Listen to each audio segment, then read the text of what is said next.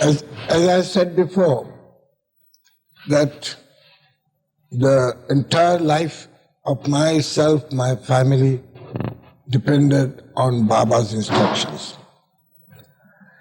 And we used to be absolutely without any fear, without any thought of what is going to happen if once we got the decision from Baba.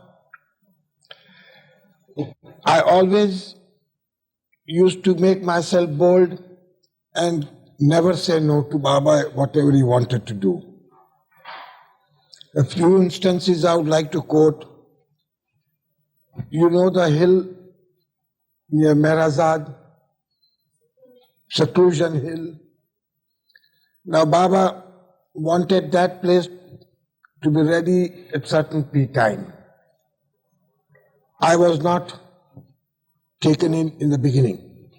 The Ramju Bhai was there, Ali was there, Erach, and they used to have meetings. And they thought, they wanted to find the owner, who is the owner of the hill, and then to move in the matter further. Baba saw that it is getting very late. So one day he sent for me and he says, look here, I want this place to be ready. When can you start work? I said, Baba, I'll start work tomorrow. The Mandali jumped onto me. He says, how can you start work tomorrow? Because we must find the owner and all that. I said, you people have got nothing to do with that. If we cannot find the owner, let the owner find us. And I started the work from the next morning and got the place done up ready for Baba. Now during the progress of the work, naturally, the representative, the owner came to know, okay, there's some construction going on there. So the chap went to Merazad people sent it to me. I said, yes, I'm building that for Baba. But he said, sir, that hill belongs to the government. I said, all right, well and good. What is the procedure to be done, you tell me. But he said, sir, you have not taken permission. He said, doesn't matter, we'll take it now. So I went to the collector and squared up the matter, and the thing was ready. Once Baba asked me that he wanted 2 calves, English calves, mother English, father English. Calves, you understand? Calves? No. The calves. The calves may be male or female. And he called me in the evening, gave me this message, and next morning by 1 o'clock I had to produce them. I tried over Nagar everywhere, I couldn't succeed. I went to Pune. Contacted my friends. They said, I must go to the military dairy farm. So I went to Pune military dairy farm, nothing doing. There's another place known as Karki near Pune. I went to that military dairy farm, introduced myself to the manager, and the manager was delaying the matter, and I was all anxious to get in time, this way or that way. He checked up the register. He said, yes, I can give you 2. I said, well, good. We went in the cars. We went in the car to the yard. I saw the 2 cars. Then manager tells me, he says, you send a bus and a truck and I'll load it. I said, nothing doing, you put them in my car, I'll take them. So one I put on the back seat, one I put on the leg room in the back seat, and straight drove back. No. Then I said, now come on, how much I have to pay you? He says, nothing. I said, why nothing? He said, no, calves, the male calves are given to anyone free if they look after it. And you can look after them very well, so I give you free. I thanked him, and before 1, I was at Mehrabad until 11. And these 2 youngsters turned out to be so nicely hefty bullocks, very good bullocks.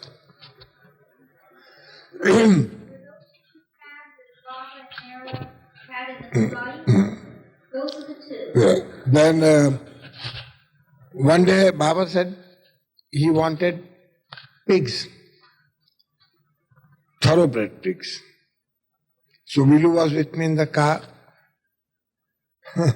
We went to Pune and searched over the place, but we got a pakka, very good. And that Elizabeth wanted it. And so in few months there were dozens of pigs round about there. Yeah. Now, let me remember. What does pakka mean? Pakka means firm.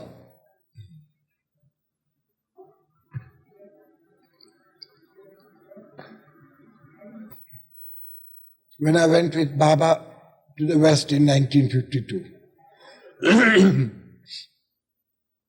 we went to Myrtle Beach, and after that we were to go on our way to Meher Mount or something. Now Baba decided that the Mandali goes one day in advance and I should remain behind to drive the other car with Baba. One car was being driven by Elizabeth, the other was to be driven by me. Now I wanted to go a day early with the Mandali and Adi wanted to stay back. So we went and spoke to Baba. Baba said, nothing doing, I have to stay. Even Don went and spoke to him. Don means Dr. William Donkin. Baba said, nothing doing. So they went ahead, I remained behind.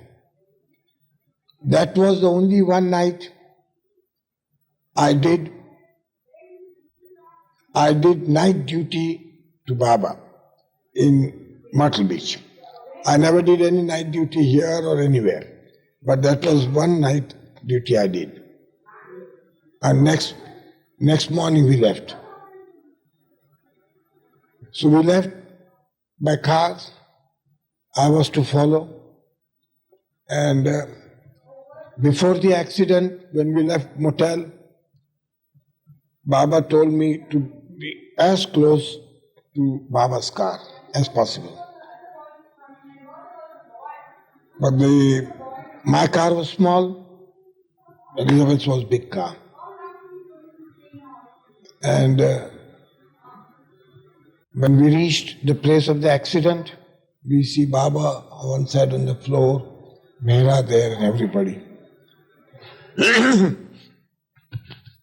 The highway policeman, when he saw me, he asked me, are these your people? I said, yes, they're my people. Then who are you? I said, I'm from India, I'm the mayor there. No sooner he heard the mayor word, he sent wireless messages here, there, all over the place, and so quick a service, every cooperation, he gave me full. Ambulances were brought and we were in hospital there, everybody was there. Mehra was put on the bench outside because nobody expected Mehra will survive. I and Gaver were there and Rano was there and Kitty was there. All those in my car, these ladies. Then I told the doctor, what about this? He said, no, nothing, there's no hope. The doctor said, would you like to cremate the body or to bury the body? We asked Baba. Baba said, no, cremate the body if she dies and take the ashes to India. But Mrs. Burleson was very kind to me. She got all the specialists from Oklahoma and the treatment was given. And later on we became very friendly with Dr. Burleson and the family and the staff. I will read out, show you some letters of Dr. Burleson and all that. Now before Baba dropped the body, so I and Vilu were to go to Bombay. So Baba said, Billu told me that on 29th night she had a dream that Baba drops the body and she sees thousands of people going up on the hill. So we cannot go to Bombay. I told her, how can Baba drop the body? He's a god and all that, and he has got a lot of work to do. So anyway, I sent a note to Eraj. We have to go to Bombay. How is Baba? He said, no, Baba is all right. He gives you blessings. You can go. So we left for Bombay. We reached Bombay at 4 o'clock in the afternoon at Nargis Dada Chandi's place. And there the news was that Baba has dropped the body. Now here too, Baba played on me, because if I had been here, I wouldn't have allowed the body to be taken to the tomb straight away. I might have kept the body in the center, I might have taken out procession and all that. Baba did not like. Next day the body was to be closed. I raised an objection. I said, nothing doing.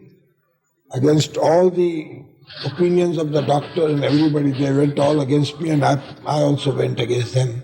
But we kept the body for about 8-10 days and gave advantage to all those who wanted to have the darshan. Then one more experience.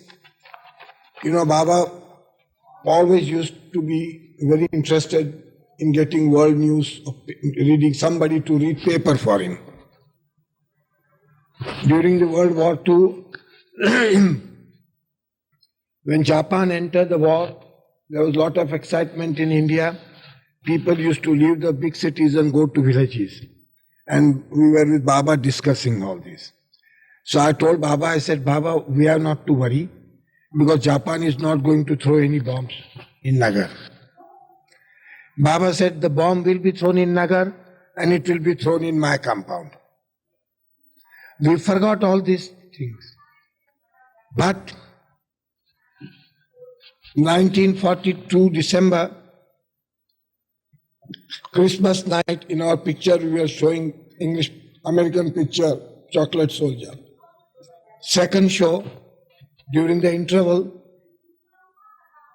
a huge bomb was thrown. There was a big explosion.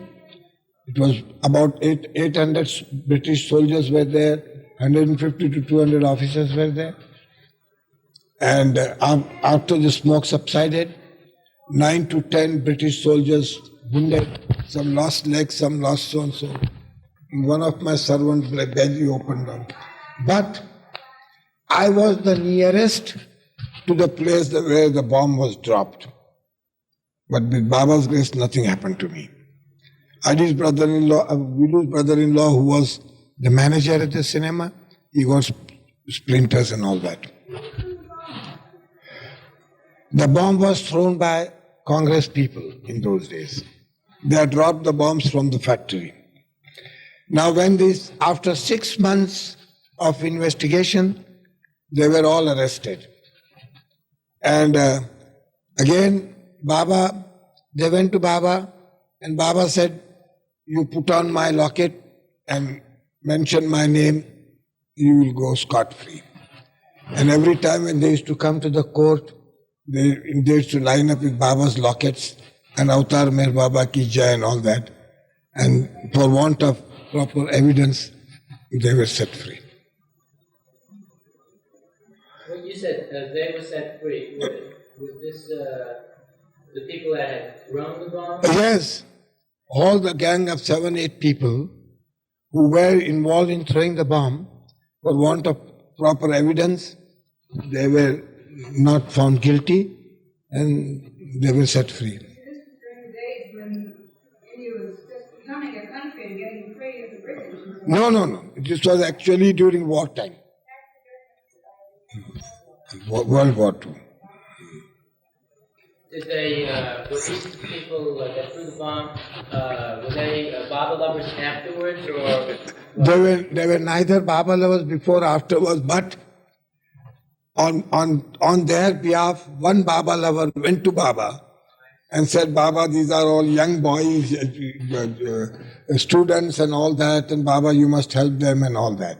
So Baba said, let them put on my locket and mention my name. Now, in conclusion, I would only like to say now, because I've taken a lot of time, I'm sure people in the States might get tired listening to me. But in conclusion, I would like to say that it is the proper time for us now to hold on to Baba's Daman. And with my experience of being with Baba for nearly 50 years, I very strongly say that whatever he has predicted, whatever he has told us will come by. Everything will happen according to his will. We are to be patient, we are to bear with him, and we are to hold on to his Daman till the end. Jai Baba. Yes? Something about the final declaration. How you felt in those days when Baba made that final declaration. How?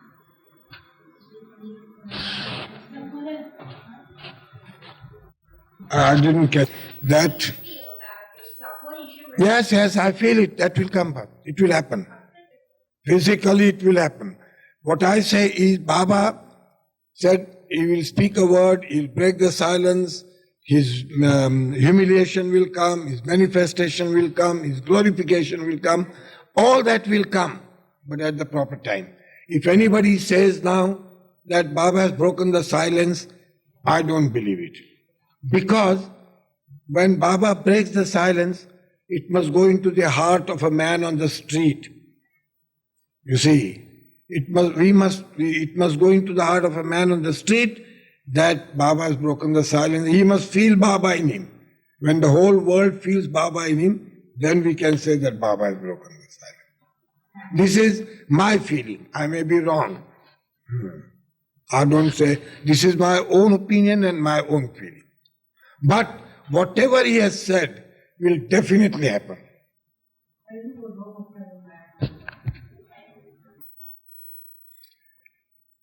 I forgot one point to mention.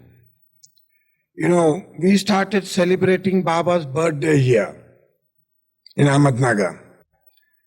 A few years ago, Baba told me with all the other mandali at Mehrazad that Baba's birthday is being celebrated with great pomp and with great excitement all over the world, but nothing in Ahmednagar. And he asked me that I must celebrate it in a great way.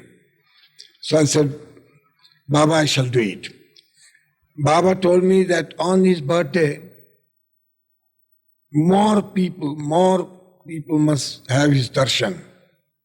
So I decided to have a procession during the birthday. But all my center members were not agreeable with me. For the first time, when I decided to have the procession go around the town with Big Baba's picture and all, music and all, they were not favorable. Behind my back, they went to Baba and spoke to them that Sarosh wants to do this and we are not agreeable. Baba said, if he wants to do it, let him do it. If you don't want to cooperate, don't cooperate with them, but let him do it, but you should cooperate with them. And I started a procession, and would you believe, the aim and object of what Baba told us, that more people must have his darshan, so that is achieved. At every procession, on every birthday, nearly 40,000 people go with the procession and have Baba's darshan.